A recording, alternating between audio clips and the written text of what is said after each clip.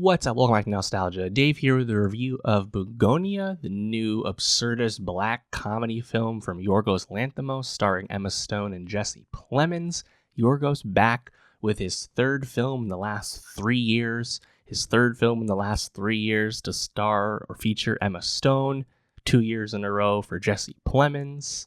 Yorgos, of course, one of the most successful, most celebrated international filmmakers we have these days. Of course, a regular Oscar contender in recent years.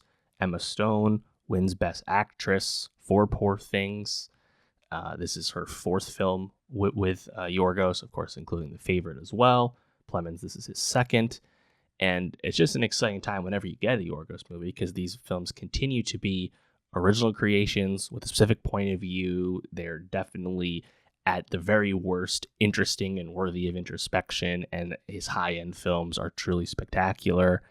It's an event, as we know. In the case of Bugonia, this is actually a kind of like loose remake of the 2003 South Korean film Save the Green Planet. But Bugonia is it's a fully formed, narrative feature from last year, Kinds of Kindness. That was an anthology film. That was a film that kind of came to be while Yorgos had time to make something when Poor Things was doing all its various VFX. So he was able to make something a bit smaller during that time. Begonia, though, is another fully formed narrative feature. And Yorgos himself has even said that he actually will now take some time away from filmmaking after being so busy, the last, 5+ years or so. Begonia is truly excellent. Yorgos Lanthimos once again has given us a super unique and specific film with lots of ideas in it.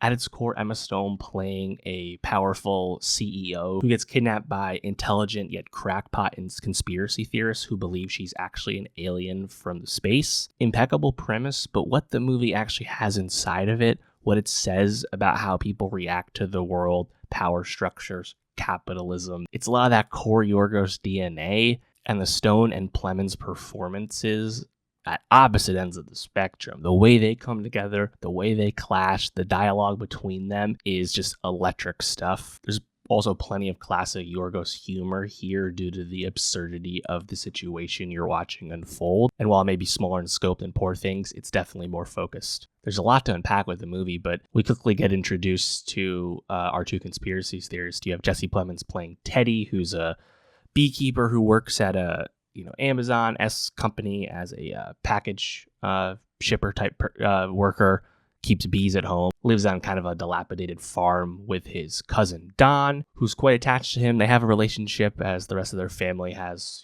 fallen away. It seems to be just the two of them. Don, neurodivergent on the spectrum in some way, seemingly pretty subservient to Jesse Plemons' Teddy. Teddy is very quick talker, very confident, self-assured person, very strong beliefs. And Teddy, he's come up with this plan that Don will help him with of kidnapping Emma Stone's Michelle Fuller, the CEO of this major pharmaceutical company, who also happens to actually own the business that Plemons works for. And they're doing this not on the surface because they have more grounded critiques, although those do come out, but because they actually believe that Fuller is an alien from space, an Andromedan from the Andromeda galaxy, who is tasked with the cause for the humans' lack of knowledge and lack of control, and the cause of environmental collapse, and all these various things. It's like a truly like crackpot, like left-wing eco-terrorist view. But Teddy clearly speaks up and actually talks about him kind of being like above politics, and he's even like above being an incel, intentionally chemically castrating himself so he can be so focused on all his beliefs. It's a really intense character, and when they kidnap Fuller at her home, and it's a quite intense scene where she almost escapes because she's trained in martial arts. I think the way that's filmed is awesome. But when they bring her to their own basement, and you see just how committed to their beliefs. They shave her head because they believe it's how the Andromedans communicate with each other as aliens.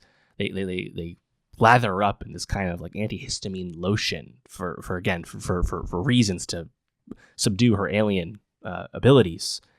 And then you watch as Emma Stone's Fuller has to come to the realization that she cannot reason with Teddy. He's so steadfast, so confident, so self-assured in his completely out there beliefs.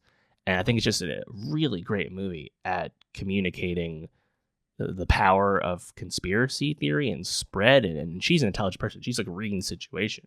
But watching her character change as she realizes she does not have the power in the situation. She has to treat with them on their own terms in a fair way. And the back and forth they have, I mean, there's so much plot. I don't want to get into a lot of the plot progression, but I just think that there's a few scenes and some of the speeches in this movie, particularly one that Emma Stone gives towards the later part of the film. I think really powerful stuff. The dialogue in the movie is very precise. And Plemons, who in hindsight makes perfect sense in the Yorgos world, but this is really his first big role, following Kinds of Kindness last year. He's really sensational, I think, in the movie. I think there's an Oscar campaign for both of them here. I think, given that Yorgos is the Oscar favorite, Bugonia is certainly in the mix as well. It's a film that, despite being heavy stuff, right, like there's very extreme things being talked about in the movie. Like the Yorgos absurdist humor what's so familiar, it's placed so well, and like you laugh at the hilarity of what you're seeing, by also being horrified at the same time. I think it's a really great blend of that stuff. I want to shout out Aidan Delbus, who plays Don, Teddy's cousin. I think he does a really nice job. It's also an important supporting part. While he doesn't have as many lines as the two leads, I think he fits in well. Also, amusingly, you have the noted stand-up comedian Stavros playing a local cop who knows Teddy pretty amusingly. Yeah, man, there's other moments where maybe you stop believing some of it, perhaps, but I think it's really convincing. I love the way the film ends. There's definitely some surprises at the end. There's some things you might be thinking about, you might be wondering as you're watching the movie, and then you get the direct answers to those thoughts towards the end.